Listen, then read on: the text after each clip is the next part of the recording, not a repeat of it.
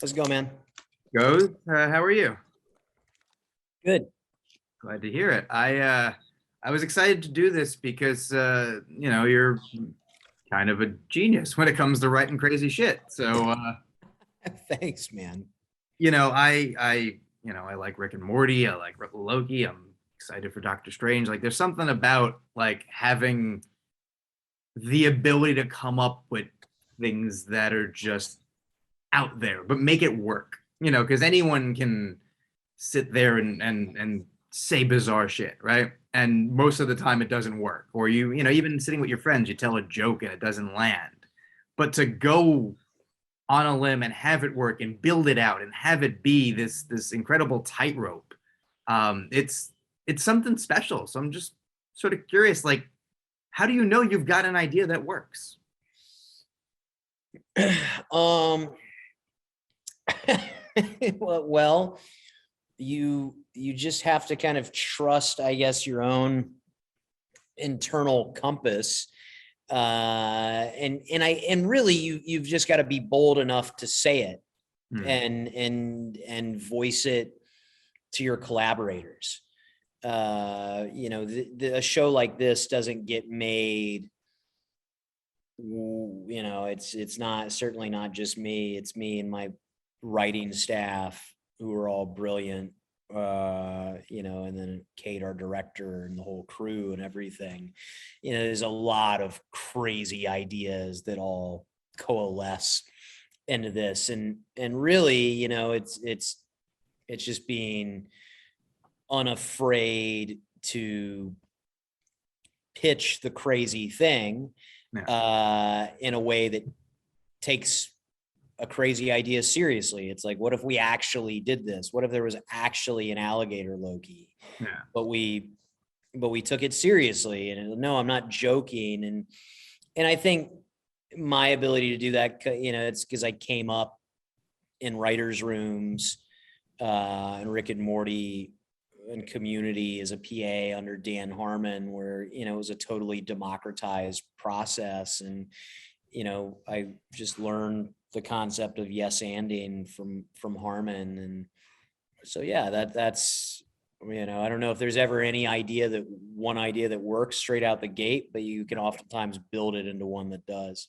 Oh yeah, because I can imagine, even if it's just the Rick and Morty room of just like, what about Rick on the toilet? Like, there's nothing there yet, but if someone goes, oh, what about, and then it builds, just Yeah. like, if you just said, what if we had a bunch of Lokis? That's still, it's not structured enough to be anything yet. It has to, someone might go, oh, that's cool, but then being able to find the structure within the insanity is something I think you do incredibly well, and that's where I think like you said, having a democratized process and like just like the best idea gets in, like being able to take something wild and then find the through line in it is special, because I think so many times that doesn't happen, and then it would just be, oh, there's a really cool idea here, but it doesn't go anywhere, or it goes off into a million other ideas that are all right, but they're not, they're just like sort of these tentacles that go nowhere. The fact that this can branch off in so many ways, but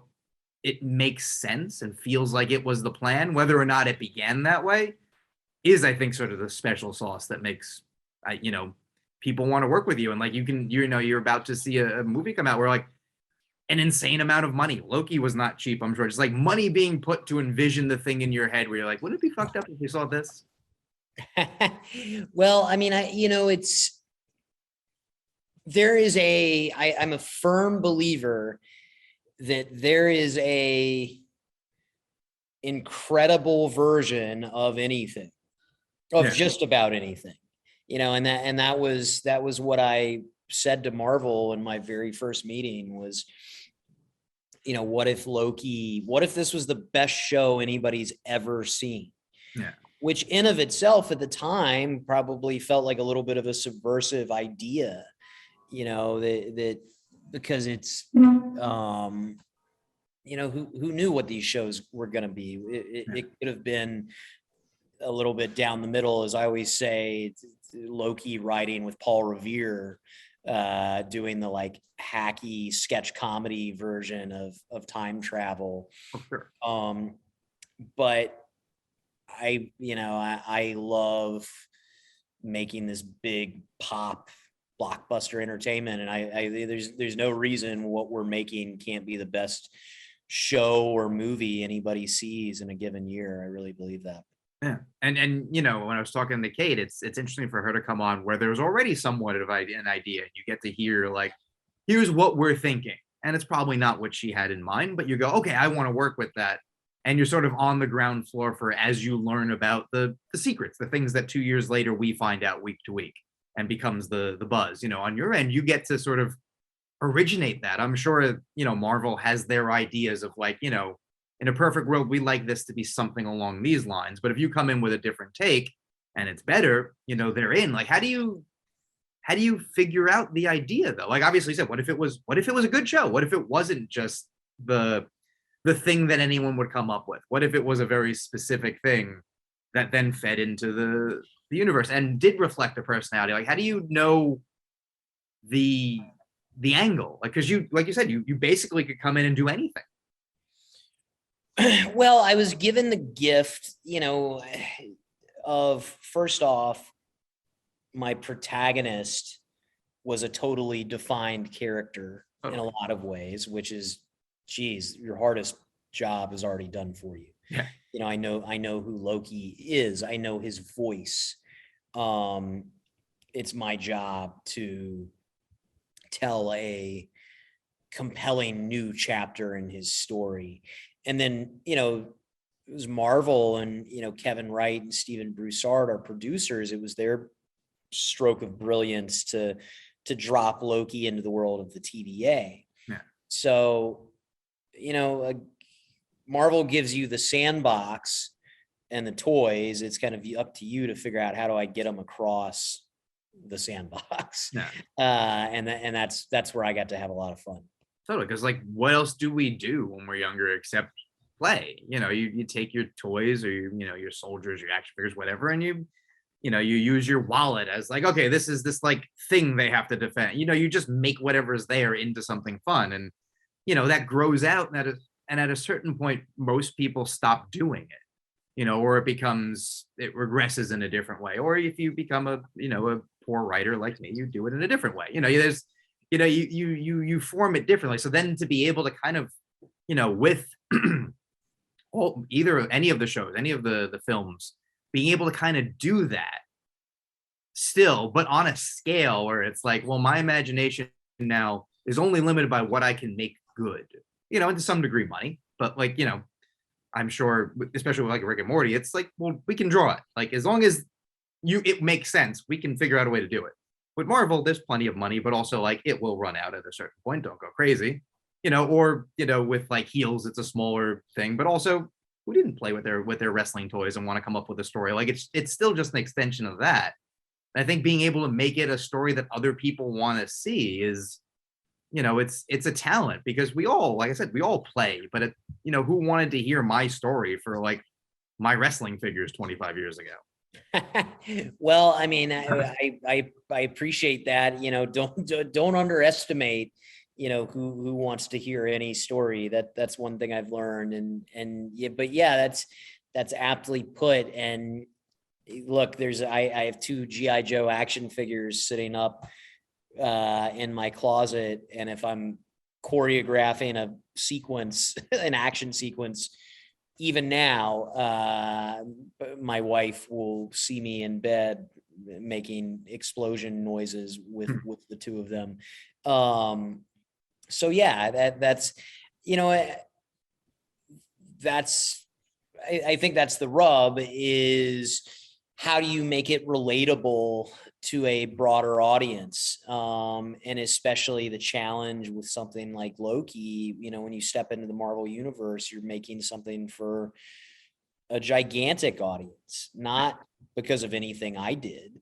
You're inheriting that amazing audience that loves this stuff. And so, you've got to figure out, how do you entertain but still challenge a very, a vast amount of viewers.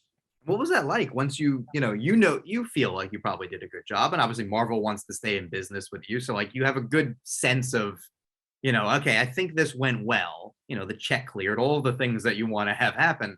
But then as the show starts to come out and people start to like it and then start to speculate on where it's going next, and they come up with, some people are getting the next week's episode right ahead of time, and some are off on a completely different tangent. Like, what's that experience like of going, they're taking in my work and more people than have ever, and expanding on it in a way, and it's hitting, as opposed to being niche.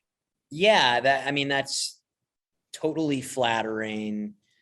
Nothing's more exciting than, I guess, generating conversation or engagement, whatever. I have been that person. Yeah. I was reading Ain't It Cool News, in Me too. seventh grade, like obsessively. So I was, in a lot of ways, I knew and was right. I understood what the week to week conversation would be, and tried to sort of, to the extent that you could, play that. And that's why I worked really hard on the time travel logic, especially because I just knew that with a week between episodes, if we didn't really get that airtight, the audience, they would have too much time to shred us as they sort of picked everything apart.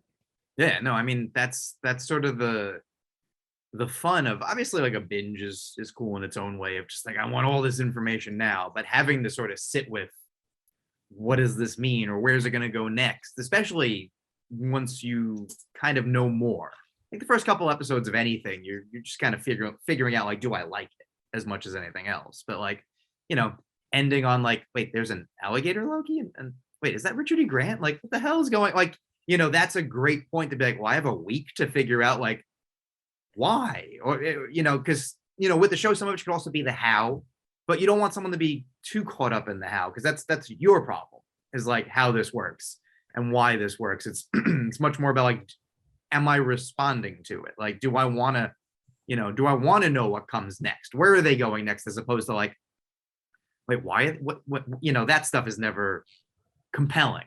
But the emotional aspect, are just like, I just need to know the next adventure is. And I think this is a great example of, like, on a huge scale, it succeeds wildly. Well, thanks, man. I mean, I'm, I can vividly remember the days of reading, Jeff Jenkins Lost recaps on Entertainment Weekly, and just hanging on every word and every cliffhanger, and what's going to happen next. And I guess I was raised by television in a lot of ways. And so I love that. I'm grateful that Loki came out week to week. I think that there's certain shows that benefit from from getting dumped all at once. But in this case, we benefited from having the week to week, and it was cool to get to have 6 weeks of conversation about the show. Totally. And then now, as we sort of wrap, just to be able to have the conversation without talking around anything, and because what you wrote, but like, did they change the order of anything, or was it, what had to move because of COVID or whatnot? So it's easier to be like, oh no, we can talk about anything, and you like it, great, as opposed to just sort of, yeah, I wrote it, you'll see, just trust me, I think you'll like it. So like, I think this is a great moment to just and obviously there's more press coming for you soon, just sort of take in, like, people like what I'm doing, and I get to have a voice that's unique and it's responded to. And what else do we want in life except to be weird and people to accept it? Well, dude, I appreciate that so much. And that is, yeah, you put this stuff out in the world, and you just hope that folks will like it, or it will move them, or at the very least, that they won't fall asleep. I think I am so easily bored by everything, that in a lot of ways, maybe that was the show's secret weapon, Totally. that I just worked very hard to make sure it was never boring. So hopefully nobody ever fell asleep halfway through an episode. If they did, it wasn't because of you. Mission accomplished. Thanks. Oh yeah, thank you so much for doing this. Like I said, been a fan for a while, so this is cool. And best of luck with the next wave of people wanting to ask you about things you can't talk about yet. Thanks, man. I appreciate it. My pleasure. Take care. Cut. Oh.